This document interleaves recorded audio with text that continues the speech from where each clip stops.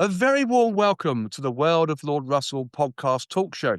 And today's show is one golden nugget which captures the life of a British and global businessman, entrepreneur, plus a cricket umpire at the highest level, bringing both business and sport together as a perfect and established partnership. A career spanning more than 40 years, he has established himself as a dynamic entrepreneur and leader in the business development and trade brokerage sectors. Renowned for his ability to unlock hidden potential in business, he has been instrumental in building companies towards sustainable growth and successful exits. Yes, folks, it gives me immense pleasure to welcome on the show John Attridge. Welcome to the show, John. Thanks, Russell, and it's my pleasure to be here. I even, got the right colours for your book and You whatnot, have. so I thought that might blend in and be part of the show. Always good to see orange. It's my branding, as you know, Johnson. Great stuff wearing the orange today. It's superb.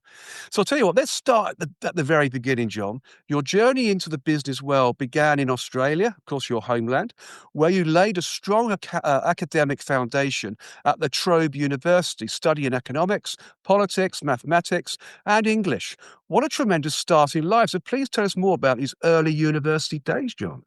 Yeah, well, I had to include English in that because I didn't know later in my life I'd actually moved to England, and it became a useful language to have over here too. So Mm. when people ask, am I multilingual? Yes, I can speak Australian and English, but I did do economics based on, I loved economics at high school, and my teacher was a brilliant guy, loved this topic, and then it became a natural segue after I completed my year, what do you call it, year 12 here, went Mm. to university, and people asked me why was I studying economics, and I said I got no idea. I just liked the subject, and little was Yes. it known that it was absolutely useless for the first 13 years of my career, but it became very obvious Mm. during the period. So it's quite often interesting when you start with something. It might not be clear at the time that you did it, but it certainly has become vital as life has progressed. Yes, indeed. That's really worked for your life today, that's for sure. There's no doubt about that. Your professional journey commenced in 1976 with MLC Life Limited, I understand, one of Australia's largest life insurance companies. You began as a commission-only sales agent, a role that would set the stage for your future success. Now, there must be some interesting stories, John, here, and moments that you can share with us, John. Must be, surely. Well, yeah, it was an interesting thing when I took a segue or took a break out of university. Mm. I had to do something. My dad was a dairy farmer, and I couldn't sit there doing nothing. As you do. So they went off to America for a couple of months. Nice. So my dad had a saying that says, "Nothing like with endurance, with like the man who sells insurance." And he was very much against it as a concept. So I was working for Coca-Cola at the time, not the MD, but I was mending pallets and working on the bottle washing machine, having come out of university and just picked up something that I got along with. I quickly realised that corporate life wasn't for me. I'm only joking. Mm. Um, so I went along to the local dole office and said, "What's on?" And the guy said, "Well, we've got absolutely nothing." And I said, "What do you mean nothing?" He said, "No, there's." I said, "But university, no, it doesn't matter. There's no jobs about." And I was walking out the door, and I saw this thing says wanted life insurance rep, MLC Life. So I got it off the wall, Wow. took it back to him, and said, "What do you mean there's nothing? What's this?" And he said, "Oh, that's commission only. You don't want to do that." And I said, "What's commission only mean?" He said, "You only get paid when you sell stuff." And I said, "What if you sell a lot of stuff?" And here was this little guy, and I'm throughout everybody that's got glasses and that's very slimly built, which is not me, but this little weedy guy with glasses that was a Mm. career advisor, as some of them are in the public service, probably cemented my skepticism and doubting as to Yes. 82% of the people who work in the public service, but that's another issue. And so anyway, I just bowled up, got the job, started Monday, and within 5 months, I was earning more than my dad, who was operating a dairy farm. Now, my only regret. People ask me, "John, have you got regrets in life?" There's only one regret, is that I didn't go back to that guy and wave my commission check in his face, because Yes, that's probably more indeed. money than he'd earned in 10 years. Mm. And, but anyway, that was a side story. So that's how I ended up at MLC Life. Oh, that's a fantastic story, though, isn't it? I mean, it's really, really, really brilliant in some ways. I mean, you noticed a job on the wall that he wasn't prepared to offer you, and there you were, earning more money than your father could ever see after a few months. That's just brilliant. But also, MLC Life, your natural talent for sales and leadership quickly became apparent. And by 1979, you had been promoted to superintendent of a regional team. And this was at just 23 years old. I mean, that's just amazing. You were the youngest person in the company's 100-year history to hold such a position. Wow. I mean, that's some achievement, John, isn't it? You must be proud of yourself. And your Yeah, dad, so he must be y proud. yeah, I think eventually he came around. Yeah, it just became something. No one ever teaches you at school anything to do with sales, and if I've got one Mm, thing that I'd like to do, uh, left on my, radar, be love to open up a university section of some kind that taught people, budding entrepreneurs and people coming through the education system, on yes. the better ways to run business, and including that in sales, because every business relies on sales, and yet one of the reasons that most businesses fail is a lack of sales. So, Exactly. um, yeah, so I got promoted, and I had a natural affinity. I don't think MLC training was great. They had a Mm, lot of fantastic people that came along, that over the course of the years that I've actually caught up with in later life. People like Dr. Feelgood, Phil Jauncey.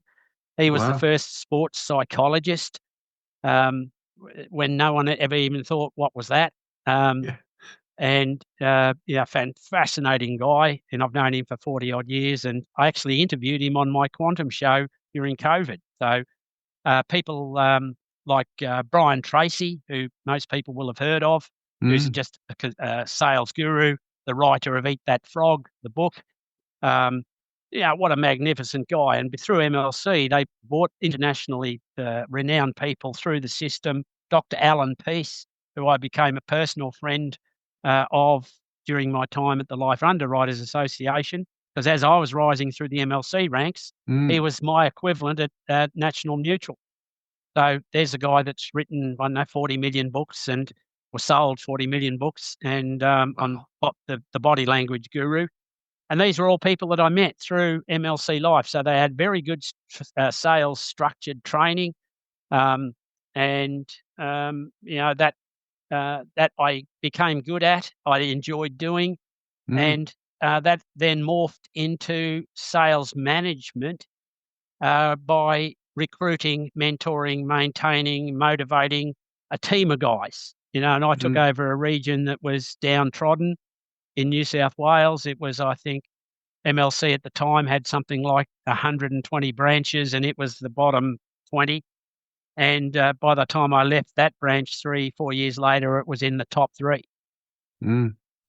And So that's incredible, really, isn't it, John? Because this all happened in 1985, and your career took another significant leap, as you just suggested, when you were appointed as the state sales manager of the New South Wales Southern region, and you were leading a team of 700 to 850 representatives. So it's quite a large team.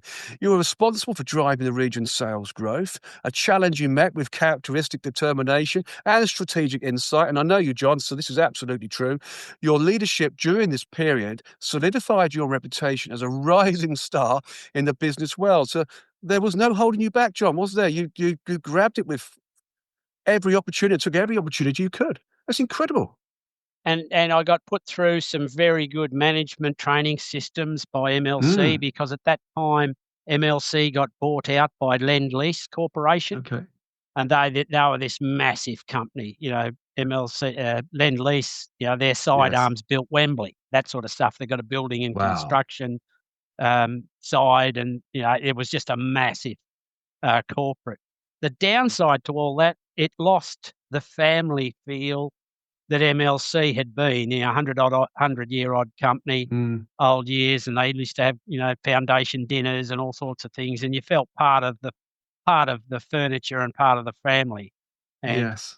and I got a taste of corporate life and corporate training at the big end of town, and to be honest, it wasn't me.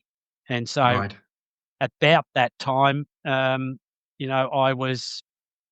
peaked in what I was doing. I didn't have anything else to prove. I really didn't have anywhere else to go other than a change of focus and becoming part of the senior corporate management team at a massive Mm. company. And to be honest, and I've had a little experience with that afterwards at Microsoft years later, and both of those experiences didn't engender me to liking corporate life. Too much backstabbing, Oh, bum covering, oh, too much. Yeah. CCing with emails and all sorts of different things just to justify what you were doing. And, that dog eat dog world, it Mm, just wasn't me. I love small business. I love the structure of creative business. And mm. so at that time, I was on the lookout for something different. And I'm sure you're going to ask about that as it comes I'm along. certainly am. Yeah. I mean, so let's look at because this leads into your entrepreneurial side of your world. So let's look at the entrepreneurial leap in your business life. Your success in the corporate world drove your entrepreneurial spirit to explore new opportunities, as you're just suggesting.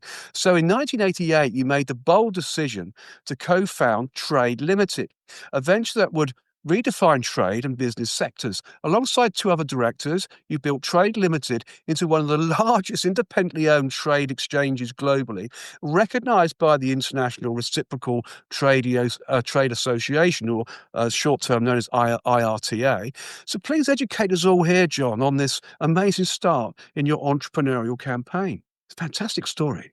Yeah, so there's a little bit that missed out in that, and that's I had played football in Australian football, real Ah, football I nice. used to call it, and cricket in Goulburn. And a guy that I'd played both football and cricket with had moved to the Gold Coast in Queensland and started a Mm. car rental business.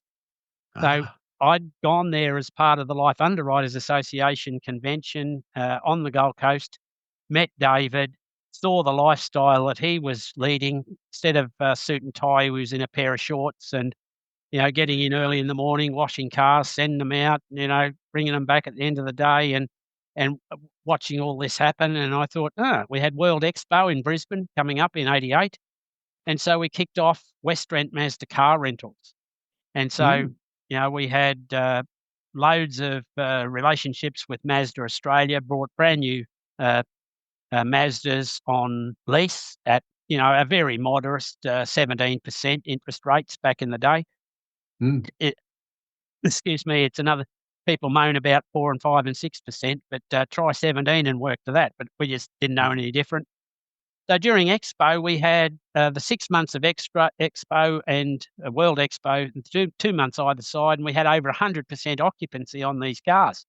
And Incredible. we made literally more money than you could spend. And my dad, who owned the farm, had sold the farm at that point, travelled up to the Gold Coast and just shook his head as to what was happening. And how was this so easy that you could make money faster that you couldn't even spend it? That's absolutely true. And then a year later, every commercial pilot in Australia decided to go on strike. Little did we know at the time, but that went on for 5 months. And so we went from hero to zero within 14 days. So from 100 and odd percent occupancy to zero. And yet we still had all the overhead of paying Mazda, the lease company, the wages, the rents. And so this thing that I'd seen in America Mm. saved us, because we formed a trading group. Uh, because a little bit like COVID, you can't see that coming, you can't plan for it. And it took the then Prime Minister, Bob Hawke, uh, the threat 5 months later, 5.5 months later, that if these pilots didn't get back to work come Monday, he'd take away their commercial pilot's license. And true to his word, about 50% of the total pilots in Australia, to my knowledge, have never, ever flown a commercial aircraft over Australian airspace. So, Wow. and that broke the strike. He really came in, and he was a trade union guy, and then Yes. became the Prime Minister. He was That's a big famously hit, known isn't it? for the fastest yard glass at Oxford University, but he was a bit of a knockabout guy. Should have been a Chelsea fan, but anyway, that's another. Yeah. Wow, it's another story. So anyway, he broke the strike, but it took 5.5 months. And if we hadn't have adopted this strategy of the trading group, we would have been dead in the water because Mm, we would have had no options, no revenue coming in. We wouldn't have had enough money. The money we made during Expo would have run out, and we would have failed as a business before we even virtually got off the ground. But because of mm, the exchange, we were able to develop a very strong business, Trade Limited, as you point out, which we mm, then sold about a decade later. And that was my first 8-figure exit from business. And not just all mine, but with 2 other partners, as you point out. And that mm, was a mixture of cash, scrip, and equity in a new company. So we did a trade sale at that point. In the meantime, we'd already sold the Western car rental business for a nice little figure. But probably one of our mistakes in business too, we decided on a Friday that the trade exchange was going so well that we should ditch the car rental that had been our crutch all this time. mm. Um, this is in about 92. And we decided on a figure, put it in the paper and sold it and walked away with the money Monday. So that told me we sold that too cheap, but you Yes. live and learn. But that's where we got You to. You certainly do. And of course, a little bit more about Trade Limited. Your leadership at Trade Limited was marked by your commitment to ethical business practices and education. And again, knowing you, John, I can see this absolutely falls into your lap quite nicely. So much so that you served as the worldwide governor of the IRTA Ethics Committee, and you were a member of the Certified Broker Panel, which regulated global industry educational standards. I mean, your efforts helped elevate Trade Limited's standing in the industry, making it a trusted partner for business literally around the world. I mean, this is some achievement what you did with Trade Limited, isn't it, John? Before you sold So it, of course. So we started with 50 businesses under Mm, crisis, and then about 13 years later had the exit into a bigger company that was one of our, well, we call it a competitor, but I always like to collaborate rather than compete because yes. ignorance of what you do was our biggest competitor by a long shot. Um, and so part of that exit was a strong foundation with IRTA. That was our industry group. I'd had strong Mm, connections to the Life Underwriters Association when I was with MLC, and I carried that forward into the same concept with the IRTA, and I still do today. I was there a week ago at the wow. last convention in Las Vegas, speaking on a couple of topics in front of my peers and fellow owners of exchanges. And I think that was my 20 odd, 21st, 22nd attendance at these conventions. And we calculated at the time, I think I've spent more money bringing me and associates and colleagues to these Yeah. events than just about any other person in the world, mainly because we have to travel from wherever we are to America, because that's where mostly they're Yes. held, America or the Caribbean. That's an amazing story, isn't it, really? Yeah, absolutely fantastic. So, I mean, really, there's no end to your business talents, John, as you also co-owned and directed several other successful ventures, including the West Rent Mazda car rentals, which you've already discussed, and Trade Print, a lithographic print company as well. I mean, West Rent Mazda, located, as you said, on the Australia's Gold Coast, catered to the booming tourist market, as you previously mentioned. And under your leadership, the company flourished, as you said, further demonstrating your versatility and business acumen. A very busy and successful time, John. So what about lithographic print company? How did that one pan out? Yeah, so we picked that up as a bad debt. Interesting Oh, story right. that Yes. they owed us quite a bit of money, and like lots of businesses, Mm, the previous owner was a good printer, um, and was passionate about printing. Knew 202 run strong, what colour that looked like. Who does that? So he had all this knowledge about printing, but he mm. was had no idea on accounting. He had no idea on finance, no idea on legal, planning, marketing, sales. It was all cross your fingers and hope that you run and that's a common denominator in so many businesses even today. Oh, I And believe you, so, yes. I write in my best-selling book, Russell, there's 3 fundamentals that every business I've ever owned, I've applied. One is Stephen R. Covey's second habit of highly effective people, Yep. and one of those is starting with the end in mind. because most people put more effort into planning their holiday than they do their business. And Yes. even today, and as you know, I'm a fairly in-demand speaker around the place, and Yes. people come up to me afterwards and say, John, what's the biggest mistake small business makes? And I said, they don't start with the end in mind. They just decide on opening a business and cross their fingers and hope it works.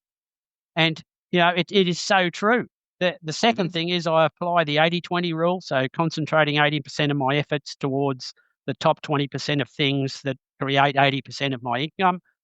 And then the third thing, which is the basis for the trade exchange, is to capture money, monetize, identify, and do something with the spare capacity, which is usually the biggest hidden asset in every single business that Mhm. people are blissfully unaware of. They're fantastic at looking at their management accounts every month, their P&L and balance sheet. When you ask them about their spare capacity opportunity, they just look at you as if you're from Mars. So Mhm. what my point being is that when we saw that print business, we saw great operator, just a Mm. poor business person. So we came in, paid up all the debt, restructured the business, left that person as the managing director and the guy that actually did Mm. the printing, put some proper sales processes around the thing, did some proper marketing, some planning, and all of a sudden, that became a booming business, not the wreck that it previously was. And then the same thing happened with the Queensland Post Sports Edition, which was a weekly newspaper.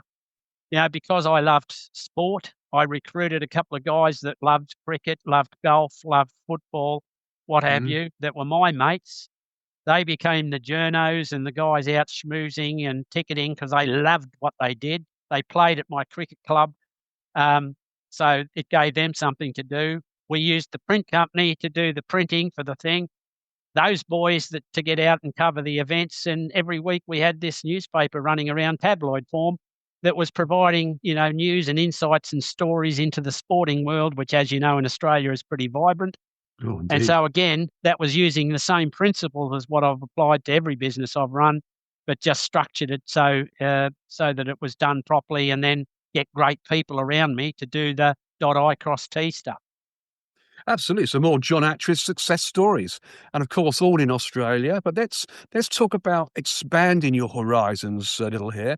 In the early 2000s, you expanded your influence by moving to the United Kingdom. So the English will come in handy now that you did earlier in your university days, where you continue to apply your business acumen on a global scale. One of your notable roles during this period was as a consultant for Bartercard. I think I've got that right, Bartercard, a company specializing in trade exchanges, known for your ability to fix stuff that no one else can, which you've just kind of been talking about in some ways with the lithographic set up. You became an invaluable asset, applying your expertise in sales systems, management, franchising, licensing, training, and marketing. I mean, very impressive, John, isn't it? I mean, please tell us more about your first business venture in the United Kingdom. Yeah, Successful, I'm so sure. so after, as I said, when we exited Trade Limited, I took a chunk of that exit price in Mm. stock in Bartercard. And I was then commissioned on a 3-year deal to come to the United Kingdom and open up the operation here, which we successfully did. And in 3 years, we'd expanded it to about 5,000 customers, trading about £5 million a month in Mm. additional capacity. So moving the business forward. But the key thing in all of that was the very first day I got here, I met my current wife. And Oh, so tremendous. what we did with Bartercard, we moved that on, and I was part of the process that we ended up listing that on the second board of the AIM here in Mm. London, and that was a 34 million pound or $34 million exit. Um, at that time, I owned the front doormat, of course, as part of the deal that I'd done previously. Mm. Um, but that allowed in 2012, 2013, I sold out, and then I had a hiatus out of the industry for about 12 months, where I went off to work back in corporate with Microsoft, which was the second worst mistake I ever made. It was on good money, silly money really, but my only mistake there was not taking a percentage of the uplift, because what I was responsible for was in the process of recruiting 2,800 call centre staff speaking 22 languages in 4 Mm, centres to field the 30-day free trial initiatives for Office 365, Windows Intune, and CRM mm. Online. And we were doing Yes. about 36,000 of those a day, BANT qualifying them and turning them into qualified leads to pass to the Microsoft Partner Network. Mm, So that taught me a lot of things. absolutely. Back in the bum covering and the brown nosing and the CCing with emails by that time. Um, Yes. and that was a toxic environment. I really hated every day of being Oh, I there can and couldn't imagine. wait to get out. So I mean, just so as everybody understands, your global influence grew further when you took on this role, and it was a global head of training and quality for the Microsoft division at Rainmaker, I think in 2012. I think it's called Rainmaker. And as you say, in this position, you led the team responsible for implementing Microsoft's Click to Chat, 30-day free trial response initiatives for products like Windows 8, Office 365, Office 365, I should say, Windows Intune, and CRM Online, further elevating your reputation as a global business leader with a keen understanding of technology now as well and customer service. Now, this does sound like an interesting venture, John, although you say working for that organization, you loathed it because it was very much the CC everybody on emails, BCC, covering your shirt tails. But it's a learning curve, isn't it? It's something you grasped and got on with and made happen. it reminded me of the latter days of MLC. Yeah, When Lend-Lease had taken over, and it reminded me that corporate life was mm, certainly not my bag of fruit. yeah, And, absolutely right. you look at even today, many people retire well, not retire, but they get made redundant from a mid-manager's role at a massive company, and then they think, "Oh, I'll just go out and run a business without a salary." And Yeah, they find out what that really means, and 6 months later, they're out of business. So that's yeah, another story. exactly. Here's another story completely. Yeah, the people that work for these corporations, in these nice, comfortable roles, could never do what you do as an entrepreneur, could they, John? They just haven't got the backbone, the knowledge, the thought process to even get there. Um, I don't think they got the mindset because mm, a fat salary creates a hammock, yeah, not it does. not a safety net. Quite right indeed. That's quite nicely put. I like that. A hammock. Absolutely. Just lie down, fall asleep, and just carry on with life as it is until it all ends, as you say, and then they're stuck. Someone decide new CEO comes along and all of a sudden cuts 7,000 jobs. Do you think, what the hell were those guys doing prior to, Exactly. you know, I can cut 7,000 and not notice. So hang on, what were they doing? Exactly right. You're so right, and it happens very readily in business, doesn't it? Today, it happens more often than you think. Actually, to be fair, more often than you think. It could apply to the public service. Again, this is another Mm, issue, but it's my thought that you could probably get rid of 82% of the entire public service and not mm. notice. You probably could actually. You probably could. And having worked in the public sector myself as a consultant, particularly driving, for example, I did work at the Home Office as an interim head of cybersecurity for the whole of the Home Office and also policing division as well. And you walk around, you see these people, and you think, what do they actually do? It's a mystery. So you can't do without nurses, doctors, teachers, all that. So I'm not Exactly. saying that side of the public service. I'm saying It's that different. the pen pushers that are in Whitehall and Yeah. wherever Box else ticksers. working from home, um, Yeah. you know, they're the lot that I look at and just shake my head and think, what are you doing? Yeah. Exactly right. And of course, they're burning money. They're burning the public purse, and that's the trouble. I think Happens as we know. Kerry Packer, the Australian billionaire, was All questioned by remember the him. Senate at one point. He said, Mm. and he was accused by a senator of avoiding tax. And he's sitting there stirring a cup of tea saying, I do everything I possibly can to minimise my tax. He said, Absolutely right. he said, you'd be a complete moron if you paid more extra rather than what's obligated, because until you as a government demonstrate to me that you become more efficient in spending it, why will I Yep. donate extra? A classic line. A classic line indeed. And as we all know, tax avoidance is legal, tax evasion is illegal. So tax evasion takes you to prison. Tax avoidance doesn't. It just means you've got more money in your pocket. I mean, everybody You've should be got an doing it. absolute duty as a business person to Correct. legally minimise your obligation, in my opinion. Correct. Correct. And that's actually operating as a proper official as an owner of a company, isn't it? You've got to do And you that. need vision in order to do that. You You do. know, Yeah, if you're a technical company and you're innovating, then take advantage of things like R&D.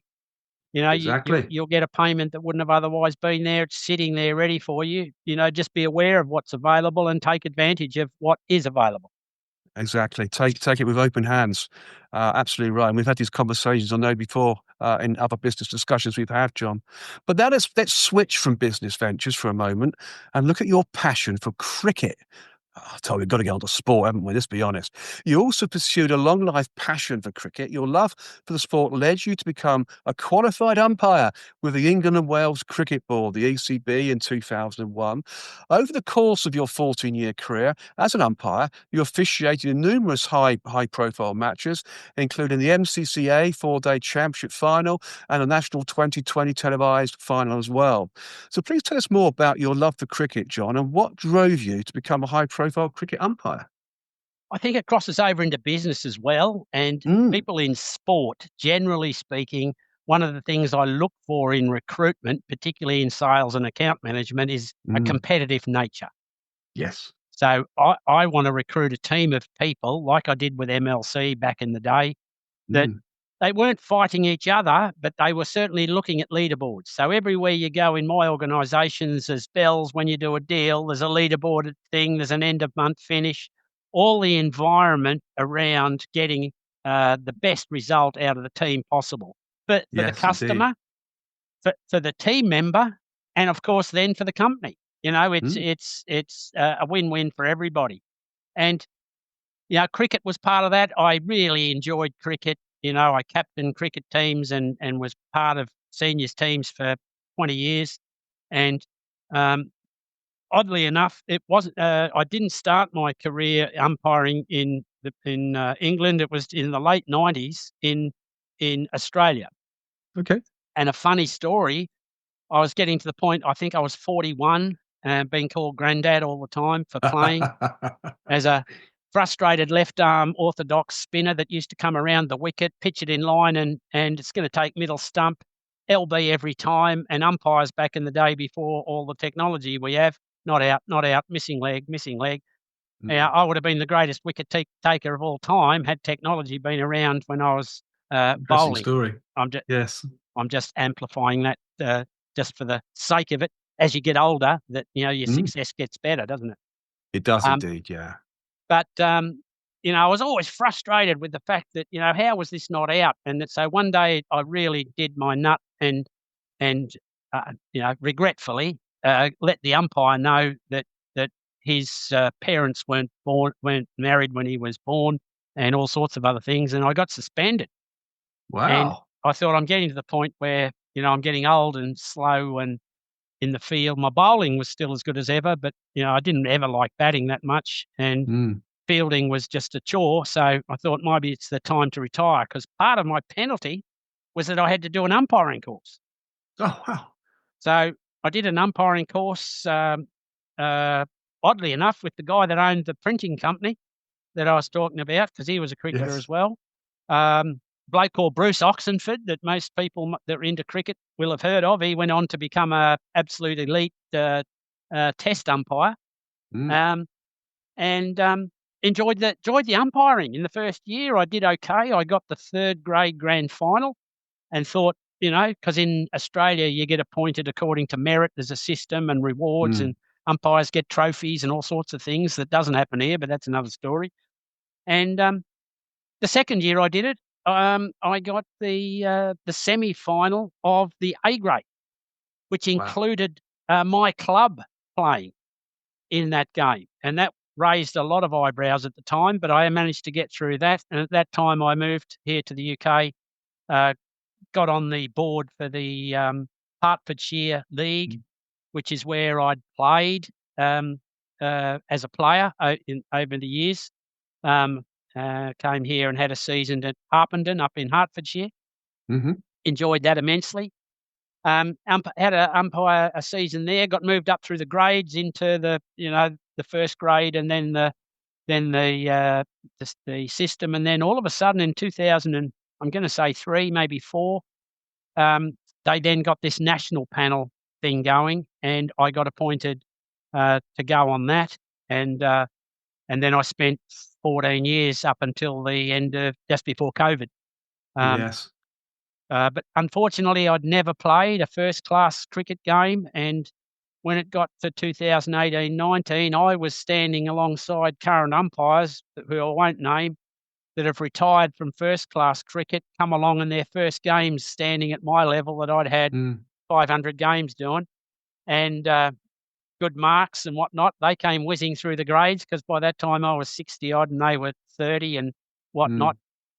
So I've stood with people like Rob Bailey and Richard Kettleborough, and Richard was probably recognised as the best in the world there at one point. Absolutely, yes. But most of these guys coming through were all ex-first-class players, and they'd experienced first class. And a little bit like I've always questioned why football's not the same, is that everyone moans about the ref, and most of the refs have never played at any decent level.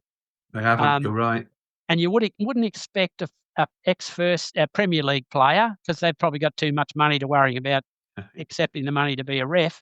But why not the National League guys that were semi-pro or pro? Surely there's a system that could be adopted where some of them that know the game, that's played the game, and that's why I got respect as an umpire, is that I'd been through and I'd played it at a half-decent level and interpreted it, knew what we were doing, and worked with the players. And I think man management played a big part in that. Yes, you know the rules, that should be a given.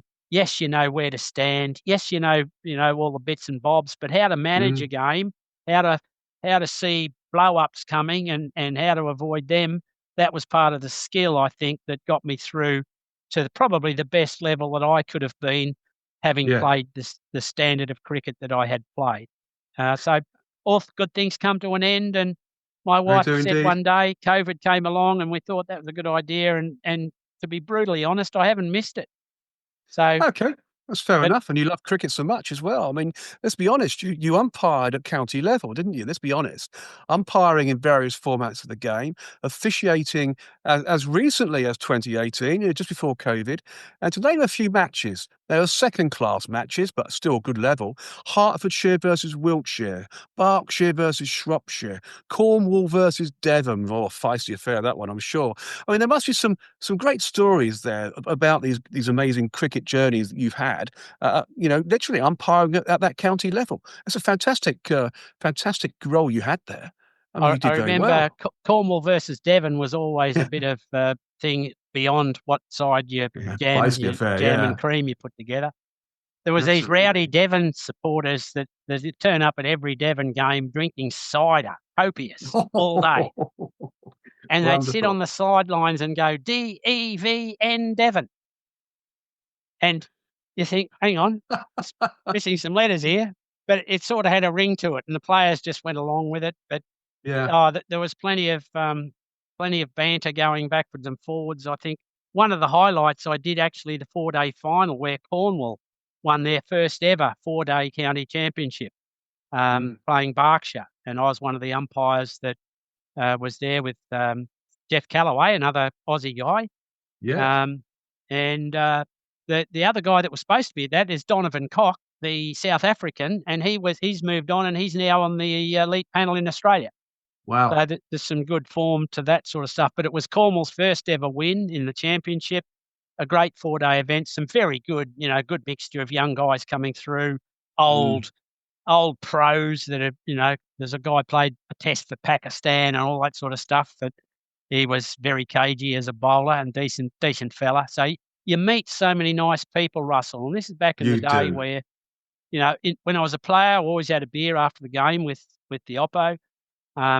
This one even, you'd have a beer or two, but, as life's gone on, and then from my observations past COVID, it's certainly not the family and the entertainment that it once was. I think with social media and everything, I don't think that the guys have the same camaraderie as what we used to back in the day.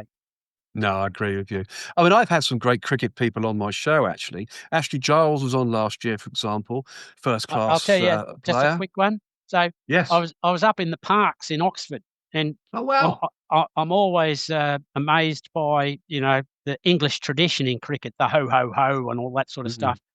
And I was umpiring with a guy called Don Brooks, Oh, yes. whose son is Jack, who played for Oxfordshire, then went on to Somerset, and then very successful career at Yorkshire. Yes. Great guy, got his own cricket academy now. So I was with his dad, and we're in day 2 of this game, and it was Oxfordshire uh, Blues playing Warwickshire. Mm. And Ashley Giles was one of the coaches of Warwickshire. So Yeah, he was. day 2, there's been a fatality on the A34, and Don's late to the game by about 45 minutes. So I'm at one end doing both, and we've had Ashley Giles and this Alan Donald, the ex-South African fast bowler, alternating at square leg. Mm. So when Brooksy turns up, I say, yeah, there you go, Brooksy. You're more important than 2 ex-first class and test players put together. Good story. No, that's a wonderful story. I mean, Ashley Giles was great on the show. I mean, obviously, he won the Ashes in 2005 for England against Australia. We don't I talk think about that, but yeah, anyway. talk about that one very much. I know, John, that's something you're going to dislike, I think, being discussed. And of course, we've got the Ashes series later on this year in December and January, haven't we, over in Australia? So that's an interesting one. But I've also had, for example, the cricket or the sport and business side of things. I've had Colin Graves, the chairman, CEO of Yorkshire County Cricket Club, on the show, and also Sean Jarvis, who mixes cricket and his football and his business acumen as CEO of Leicestershire County Cricket Club. So there's been a bit of a cricket format really going on the show here, which is great to see. And now yourself, you're joining the Cricket Business Club. It's wonderful. That's what I like to see. You also played for Woodham Mortimer Cricket Club's second 11, as both batsman and bowler. I mean, please tell us more about those playing days, because it's second 11. I'm sure you were probably a little bit older at that point. And did you enjoy that? Well, I don't know. I don't remember actually that one, but I did play for the 40 Club, which is Don Right. Bradman's thing. Or even better. And even though I wasn't 40 at the time, and we Stop. played this school in Bury St Edmunds, Yes. and it was very ho ho ho. And I'm fielding it silly mid on, and Mm. we've got our slow left arm bowler at the other end, and this guy just leans forward and pops one up to me. I just put it in my pocket, say, "How's that?" Mm. and not expecting anything, just mucking around. Next thing I turn around, he's on his bike. Anyway, I think that's pretty weird. What went on there? Anyway, caught up with him at lunch, and I said, "What's going on?" He said, "Oh yeah, I felt a little tickle onto the inside of the pad, and when you appealed, I thought I must have hit it, so I walked." And I Oh. just said to him, "Son, make sure you revisit that in the future, otherwise you'll be on the wrong end of too many decisions." But it Mm. in Australia, that would have never happened. No, nobody walked at the time. So I think that's more of an English thing, wasn't it? That sort of gentlemanship around cricket. If you know you're out, you walk. I mean, it's more of an English honesty factoring. But I and don't it's think not the English honesty. team The does it Australian now. perspective is the guy in the white coat, or Yep. was white coat at the other end. Puts his He's finger up there. or he doesn't. He's there to make a decision. You don't have to Yeah. make one for him. And Exactly right. I'd prefer that, because I knew in Australia I had to make a decision when I was umpiring Mm. there. I had to make the decision, right? Exactly. Here in England, half walked and half didn't, and you didn't know who was who. And so, it's just made it life very more confusing. If I had my choice, I'd umpire where nobody walked. Absolutely. Absolutely right. And yeah, that's it. So yeah, wait for that umpire's finger to go up, as you would have done if you thought someone was out. And if it didn't go up, you stayed at the crease. It's as simple as that, isn't it? I know the Australians were good at doing a lot of that. So, but it was more of a British thing. But there we go, an English thing, I should say, more rather than British. Now, Maybe in as the we know, olden days, not so much today. I don't think it happens today, John. I think that they've wised up now. And you've got Very technology much, now. That's one of the of best course. things that's ever happened is, Yes, it makes the umpire make a decision one way or another. You've got umpire's call that allows a little exactly. bit of latitude. I think, that has been the most brilliant innovation in the last Yeah, I agree. 100 years. I agree completely. I mean, it's happened in tennis, cricket, it's happened in many sports now, football to some degree, with the controversial, controversy of the VAR structure. But it's happened across sports, and quite rightly so, I think, too. All football need to do is get their act together Yeah. on some consistency with the people that are operating the VAR. You don't have that same issue in cricket. It is black or No, it's you white. don't. Yeah. And of course, it's also the same in rugby. Rugby's pretty straightforward as well. I mean, they should adopt some of the rugby rules, really, to be honest, in football here or globally, because it would work better. It simply would.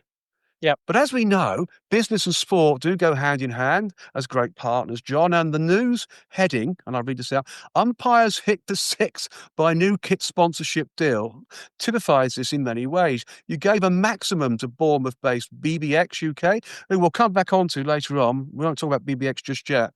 A leading international business brokerage who have supplied a brand now, a new set of shirts and jackets for the South Coast panel of cricket officials, who stand in Southern Premier and Hampshire League matches each weekend in a 3-year sponsorship deal. I mean, this sounds like a great sponsorship deal, John, doesn't it? Really? I mean, congratulations for doing this. That It's was wonderful. using the concept of spare capacity, using the trade exchange mechanism. Yes. And so we were able to go to a supplier in Cornwall, oddly enough, bought all the kit, got all the stuff laid out, and then provided that in return for exposure for the league. So it saved the league. Can't remember the exact number. It was about 6 or 10 grand or something. Mm, And, which is hard to find. A lot of grassroots sports clubs are struggling to find they are. um, sponsorship. So instead of having to pay out pounds sterling, we got a sponsor to come along and buy the kit. They got what they wanted, Yeah. and everybody was happy. Good deal. Absolutely perfect. No, I think that's perfect. And I think that's the great combination of business and sport together. I think you did a really nice move there. And now this moves us on nicely to building BBX UK, a new chapter in business leadership and, of course, your current business venture. In 2014, you founded BBX UK, an international business community designed to help business owners unlock their full potential by selling unsold time and products. I know you briefly mentioned this earlier on, so it's a perfect timing this. As the founder and CEO, you have been at the forefront of helping businesses maximize their spare capacity, a hidden asset that many companies overlook. Again, you mentioned that earlier. BBX UK offers a unique platform to help companies find hidden treasure. So please tell us more about this exciting BBX UK platform and business venture. I know you're global now as well, John, so tell us more about BBX UK. It's Yeah. incredible. So after I finished my exclusion period, having exited Microsoft, I Mm, got a thing on LinkedIn, which I subscribe to quite well, and I know you do too, mm. uh, from the founder of BBX, because that began in 1993 in Australia. And Wow. we had worked together when I was in Queensland and they were in Sydney and Adelaide. And so I'd helped develop that brand from day one, many, many years beforehand. And when Michael, the founder, realised that I was free from incumbent in our space, he got hold of me. I got down to Sydney and spent a week down there. We'd nutted out a deal, and I began the brand here in the UK, and that was 12 years ago. Um, and that's the one we're back on track now for another 8-figure exit in the next 3 to 5 years. So using the same concept as what we started back on the Gold Coast with back in the pilot strike times, but Mm. having worked with the business for 20 odd years, putting in place a lot of things that had I known when I started, I would have done from day one. So it was an opportunity to start with a clean slate using the mechanism, and the mechanism works absolutely brilliantly, but it's like an F1 car. You can have Max Verstappen driving it or Miss Daisy.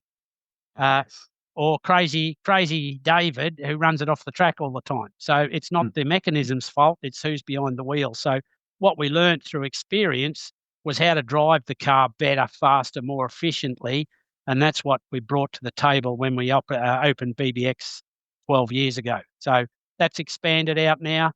That brand is now directly in 12 countries, and we have tens of thousands of business owners, not 50 when we started all these years ago. And through the International Reciprocal Trade Association, Mm. there's about 480,000 that participate in one form or another through the community. The net result Mm. is you can sell and monetize some spare capacity here in the UK, obtain a digital credit held in your own PayPal type bank account, and then you can spend that anywhere globally. Absolutely. And of course, BBX is a true global product now, isn't it, as a company, as an organization? I mean, I just missed out on some business with you just last year because you moved the payroll out to your Singapore operation, BBX. And I just got to you too late, I think. But there we are. That's one of those things in life that you just have to experience and move on from. But your wealth of experience and insights have also led you to become a best-selling author and sought after keynote speaker. Brilliant. Your book, Business Blunders and Bloody Great Ideas, is very Australian, that isn't it? I love it, has garnered acclaim in multiple countries, providing practical advice and strategies for small business owners aiming to navigate the complex world of entrepreneurship. Now, that must be very satisfying, John, a writer and a keynote speaker. I mean, please tell us more. You must enjoy that. That's fun, Oh, isn't it? I love it nowadays. Yeah. I'm at events just about every month.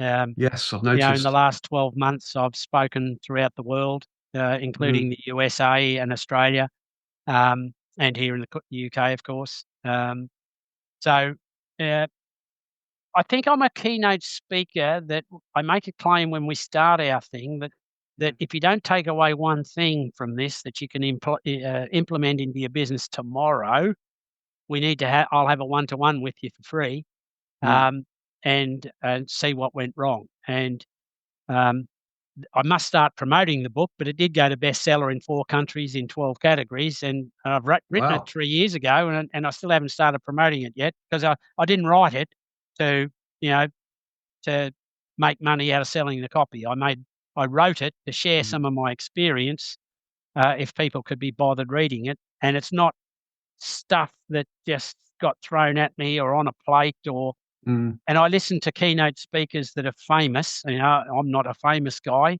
In fact, most of the people watching this will have never heard of me before. But what I have done is actually do the do. And mm. and when I talk on stage, I can talk on many levels and on various aspects, from the heart and from experience. And what a lot of keynotes do, they might have a name because they're on television or they're a famous sports person Mm, or whatnot, but they either don't share what was good, bad, and ugly, or they intentionally keep it, for people because they've got a coaching business or they've got a something else that backs onto it and they use it as a leader so people come yeah. and, crowd around and buy their course or something. And I don't have any courses, so I've got no motivation, um, other than to help businesses because it's a sad statistic that there's about Yes. 5.5 million businesses in the UK today. Out of those, all but a couple of 100,000 are one-man bands. And for the DEI people out there, one-woman operations, Mm, however they identify operations, one-person operations. Um, as you guessed, I'm not a DEI advocate. I'm much more in always trying to favour the best person. I don't care what they yes. look like or how they act or whatever. That doesn't bother me. Yeah. Um, but and those events, we speak, and I can do a impromptu event based on the profile of the audience. In fact, I sometimes ask, so what have we got Mm, here? Are they got business owners today? And if there's a majority of business owner, I can focus that on 3 things that they can do today that cost them nothing or very little, that'll increase their business by 20-30% if they follow the strategy. Now, not everybody does that, but at least hopefully they go away from one of those presentations knowing something that they didn't know before or get mm. reminded of something that they'd forgotten that they can implement without having to go and spend a fortune on consultants or coaches or anybody else that's leeching around looking for their money. Absolutely. That's very honourable, isn't it, really, John? Because it comes from your heart, obviously. You like doing what you do. You like to go and do these wonderful speeches and talking to people and educating people and to actual change. Because to walk onto a stage without any real written script as such, and then to sort of focus on what the audience is and then change your delivery based on the audience members, that's quite a skill, isn't it? Well, And you have to have the if you've knowledge. done what I've done, then Mm, I'm not reciting stuff from a book. I'm not reciting stuff from anything else other than from memory. absolutely. And that's the best way, isn't it? Well, That works. that's what That I look works. for. If I go to and listen to a speaker somewhere, I want to find out something new, not some, Mm. bollocks about how good they are or what they've done or, that doesn't Exactly impress me at right. all. No, no, I can understand that too. I mean, so moving forward, what is next in the world of John Attridge? What's your future plans? I mean, you say you're going to potentially get out of BBX within 3 to 5 years. What are you thinking of next? Because from what I understand, with a lot of people I know that get to a certain age, they don't want to retire. They never want to retire. They want to carry on doing stuff and keep on. And why not? I mean, for example, I'll tell you a story. I know Barry Hearn here, who you've probably heard of Barry. He owns the match rooms. He owns snooker, darts. His son runs the boxing here in the UK and globally. And Barry Hearn is what now? When I last spoke to him a few years ago, he must be now 84, 85. And I spoke to Steve Davis, the 6 times world snooker champion, quite recently. And I said to Steve, I said, "What is it with Barry?" I said, "He doesn't need any money. He's a multi-millionaire, probably more." I said, "What's his motivation?" He said, "Well, to be honest, Russ," he said, "if he stopped today, he'd drop dead tomorrow." Now, I think that's that's the plan, isn't it? That's the momentum. And I think all of us that do what we do, we don't want to give up, do we? There's always Well, something new and exciting around the corner. if you enjoy golf and you're Yes. still able to play it, Yeah. would you reach a certain age and retire? Well, of course you wouldn't. So I, my drug is business. I love being involved in it. It It is a gets me drug. up every day at 5 a.m. and, It certainly does. you know, um, and I look at people that are well older than me. I mean, Joe Foster, nobody would have Mm. heard of Joe. No, not a Um, name I conjure with. so he opened up a little retail shoe shop in Bolton, right? And turned it into a company that you may have heard of called Reebok. Yeah, oh, Reebok, global brand, massive brand. So Joe sold Reebok in 1984 for $4 Mm. billion US dollars. Oh, I can imagine. He's 90, just turned 90 Yeah. last week. And I've been with him on stage, him Yes. and his wife, Julie, lovely people. They're Oh, I can always, imagine. they're always on a flight somewhere showing their Reeboks. Yes. And if I follow them on social media, I haven't caught up with them for a year or so. But Joe's 90. What does he enjoy doing more than anything else in the world, do you think? Yeah, exactly. He loves being on stage. That's a He's buzz, isn't it? he wrote his book called The Shoeman, and he knows what that is because that's his life story. In essence, Mm. you just you keep him on track, and he can be so entertaining, reciting information that how do you start a retail shop in? Well, he was third generation, but how do you Yes. become a third generation retail shop in Bolton and turn it into Reebok? How do you do that? Yeah, Now, it's unimaginable, isn't it? But he did it. He was successful. And and it's a and I great story, and he continues to this day. Last week, I saw him on a stage. Well, I didn't. I saw the social media in Dubai talking to a group of business people. wonderful. That's wonderful. But, I share his passion about being on the stage because I'm similar. Put me in front of a camera, give me a microphone, and I'm in my own element. I'm away. Put me on the stage, just like yourself, John. It doesn't matter how big or small the audience is. I'm in my own element, and that also is a drug. It really is. And one other thing I'd say at the top of all this, that money has never been a motivator for me. Mm. So I'm not a billionaire, far from it. But I've never had to worry about money since I was 19 and started earning decent money with MLC. Yes. Um, I haven't got 1,000 houses around the world or not any of that sort of stuff, but I've never ever been short of money. No, So, you live a nice and life. a good old mate of mine once said, if you ever get in trouble in business and you're good at sales, you can sell your way out of trouble. Yeah. And that served me in good stead over the years. But the point being is that I never do anything for money. I always do stuff because I love doing it. I enjoy doing it. I'm fairly decent at what I do. Oh, And good. money just drops in from all sorts of weird and wonderful places. So Yeah. I come across people that are just focused on money. And to me, if it works for them, brilliant. But Yeah. that's not how I operate my life. I go to sleep at night. I never have a worry. I've got a philosophy that I employ that Mm. says have I got an issue? And if the answer is yes, can I deal with it? What's the solution? And if I can't Mm, find one, I don't worry about it. So, exactly. I if I can't influence the outcome, well, what the hell is the point in worrying about it? And so that's just some philosophies on life. Oh, well, I think that's true as well. I mean, I know, knowing you as I do believe that too. I mean, you do have a great culture for wishing to help. As we know, we're sort of working together partly now at the moment on various other business interests. So that's fantastic too, and I'm sure that will become successful over a period. And absolutely right too. And that's helping companies. I interviewed on my Quantum Leap business show during COVID, which is another little story. Oh, Ivan great story. Meisner, the founder of BNI. Wow. And I had Ivan on the show, and the first question I asked, "So, Ivan, what have you been doing lately?" He said, "Oh, I just flew back from Necker Island." And I said, "Oh, what have you been doing there?" And he said, "I'm talking to Richard Branson about having the first networking event in space." And I said, "Oh, as you do." As you do, So just drop it in. you run across interesting people, You do. but without money as the motivator, the thing that I've found with people that do have money is that generally speaking, and I'm generalizing, Mm, money isn't their motivator. They just don't do it just to read the value of their bank account. There's always another emotional motivation behind the scenes somewhere, whether it's ego, whether it's recognition.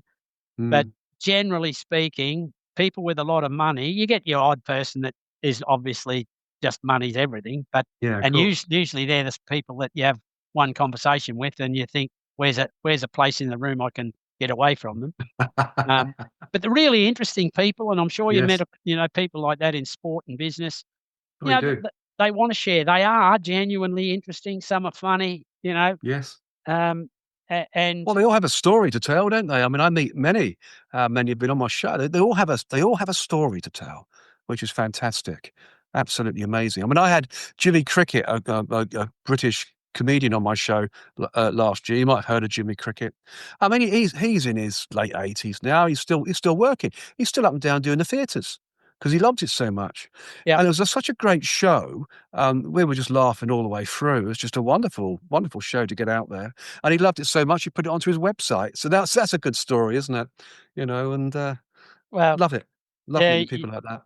You you, uh, you know, there's a few cricket tours running around. Lashings is one that I've worked with in Mm, the past. Some good guys there, and yes.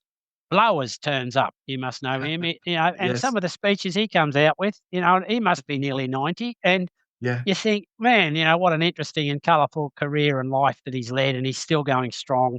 Well Yeah. into the autumn years. Absolutely. Long may it continue as well. I mean, it's Yep. just an interesting fact of life, isn't it? And a lot of it is because they haven't given up. They've not retired. They've kept going. And It and as I say inspires that, you. how many times do you see someone, they've worked for 50 years, they Mm, retire and they're drop dead, 12 months later? Because exactly. It happens quite regularly. 6 months to 12 months happens to a lot of yeah, people. so Not for me. No, no. no, no, no, no. Keep going, keep going, keep going. And anyway, I'm conscious of time. I know you've got other stuff to do, John. So we're just over the hour. So what I'll do is I'll just do what I always do towards the end, and wrap up a little bit, if you don't mind. And of course, please stay on when I finish because we'll have a quick chat afterwards, very briefly. But as always, on the World of Lord Russell podcast talk show, we could talk forever, John, and I'll tell you we could, about your life in business as a business leader, motivational speaker, and cricket player, and umpire, of course. It's been a huge pleasure, as always. And as always, the pleasure is all mine. And of course, the show's audience when this podcast is released on the World of Lord Russell podcast talk show and the Lord Russell Baker YouTube channel. So thank you, John. Ladies and gentlemen, I'll give you the quite incredible John Attridge. And I'm clapping my hands here and with joy. It's been fantastic. So please stay on. The next episode on the World of Lord Russell podcast talk show is a tribute to Ray Wilkins, where my special guest will be Ross Wilkins, who is the son of Ray Wilkins. Ray, of course, is a truly celebrated football player and gentleman, playing for Chelsea, Manchester United, AC Milan, Queen's Park Rangers, and indeed Rangers in Scotland too. And of course, the England national team with 84 caps, playing at UEFA Euro 1990 and the 1982 and 1986 FIFA World Cup. Cups. So a great show to look forward to for all football fanatics alike, and of course exclusive on the World of Lord Russell podcast talk show. And of course, I'm looking forward to seeing you all on the inside. So until then, it's au revoir from him and au revoir from me.